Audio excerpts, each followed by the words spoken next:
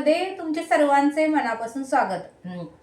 तर बघा आजचं थंबनेल वरून तुम्हाला कळालंच असेल की आजचा विषय कुठला आहे। तर बघा धावपळीचं आजचं युग आहे। सर्वांना कामं असतात, सकाळी सकाळी डबे करायचे असतात, मुलांना शाळेला पाठवायचं असतं आणि प्रत्येक ताईंचं काही ना काहीतरी कामाचं नियोजन असतं। कोण नोकरी करतात, कोण व्यवसाय असतो, म्हणजे प्रत्येकाचं रुटीन हे रोजच्या रोज असतंच। पण मला काय वाटतं की त्या रुटीन मधून सुद्धा आपण स्वतःसाठी वेळ काढला पाहिजे। तर बघा ही कामं शेवटच्या श्वासापर्यंत राहणारच आहे, ह्याला कुठेही ब्रेक वगैरे नाही किंवा हे कुठेही थांबणार नाही। काही ना काहीतरी प्रत्येकाला जबाबदाऱ्या आहेत, कर्तव्य आहे, ते सर्व काही पूर्ण करावंच लागतं। पण मी म्हणत नाही की सगळं सोडून तुम्ही आरोग्याकडे लक्ष द्या। मला वाटतं की त्यातून सुद्धा आपण आपल्यासाठी 15-20 मिनिटं तरी सकाळी काढता आले पाहिजेत। बस सकाळी जर उशिरा उठत असेल तरी मला वाटते की अर्धा एक तास जरी आपण लवकर उठून आपण स्वतःसाठी दिला तरी सर्व काही होऊ शकतं। कारण आज बघा खाण्याचे सर्व काही बाहेरचं खाण्यामुळे वगैरे अनेक प्रकारचे प्रॉब्लेम शरीराचे चालू झालेले आहेत, अनेक प्रकारचे आजार चालू झालेले आहेत आणि ते सर्व काही बघूनच मी हा व्हिडिओ बनवलेला आहे।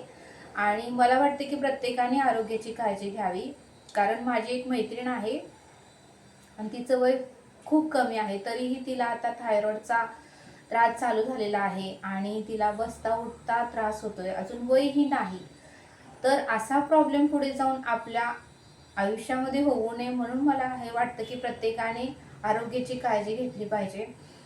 बघा 30 वयाच्या अगोदर काय वाटत नाही किंवा जेव्हा 30-35 आपण ओलांडतो त्यावेळेस मात्र काही ना काहीतरी आपल्याला शरीराचे प्रॉब्लेम चालू होतात। आणि म्हणून मला वाटते की रोज आपण सकाळी योगा केला पाहिजे, फिरून आलो पाहिजे। शुद्ध सकाळची हवा असते, प्रदूषण वगैरे नसतं, त्यामुळे ती शरीरासाठी उत्तम आहे।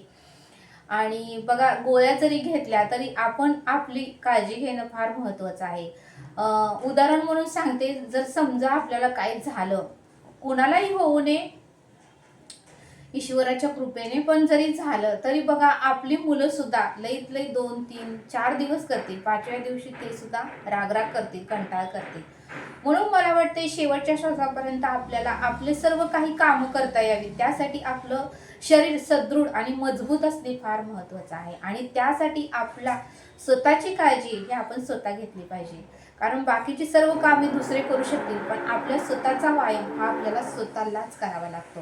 आणि म्हणून मला सगळ्या ताईंना सांगू वाटतं की प्रत्येकाला काम आहेत, प्रत्येकाला व्यापार आहे, नोकरी आहे, घरातल्या मुलांची जबाबदारी आहे, सासू सासऱ्यांची जबाबदारी आहे, पतीची जबाबदारी आहे, पण ती सर्व पूर्ण करून आपण स्वतःसाठी वेळ काढावा, व्यायाम करावा, व्यवस्थित आहार घ्यावा, असं मला वाटतंय। त्यामुळे बघा मी सकाळी माझं 15 ते 20 मिनिटं योगा असतो, व्यायाम असतो। मी सकाळी फिरून येते अगोदर अर्धा-पाऊण तास, नंतर मग व्यायाम करते आणि व्यायाम झाल्यानंतर मी गरम पाणी घेते, म्हणजे कोमट पाण्यामध्ये 1 चमचा मी तूप घालते।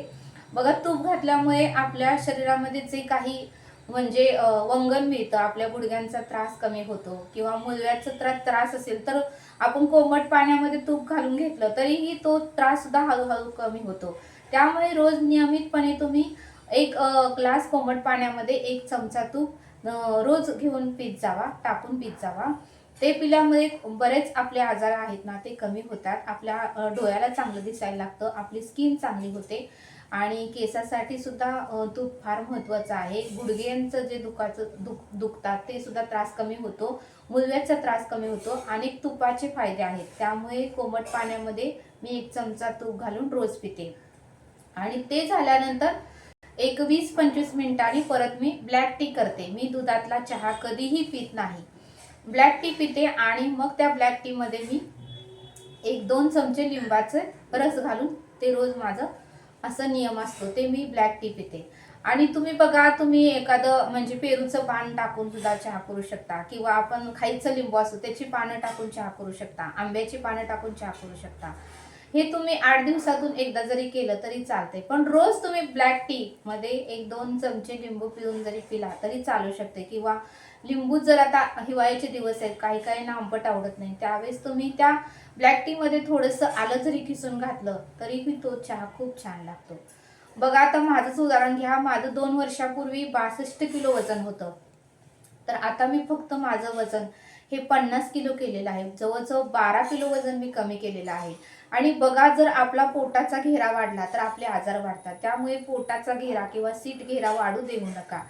आणि ते बरोबर पण दिसत नाही आणि आपल्याला आजार पण उद्भवतात. आणि मग ज्यावेळेस आपल्याला डॉक्टरची फी भरावी लागते त्यावेळेस आपल्याला आरोग्याची किंमत कळते. आणि म्हणूनच मला वाटते की आरोग्याचं लक्ष सगळ्यांनी द्यावं. सगळ्या ताईंनी आपल्या आरोग्याकडे लक्ष द्यावं. 15 ते 20 मिनिटं स्वतःकडे लक्ष द्यावं. स्वतःची काळजी घ्यावी. नियमितपणे कोमट पाणी, दूध प्यावं, ब्लॅक टी प्यावी. आणि ज्यावेळेस तुम्ही जेवण करता त्यावेळेसच करा. उत्तमाचं झोप घ्या की जेणेकरून तुमच्या आरोग्याला काहीही होणार नाही शेवटच्या श्वासापर्यंत. हेच मला सर्व ताईंना सांगायचं होतं, शेअर करायचं होतं. आणि हाच व्हिडिओ बनवण्यामागचा उद्देश होता. आणि बाकी सर्व ताईंनी आपली काळजी घ्यावी अशी माझी इच्छा आहे. तर चला भेटूया.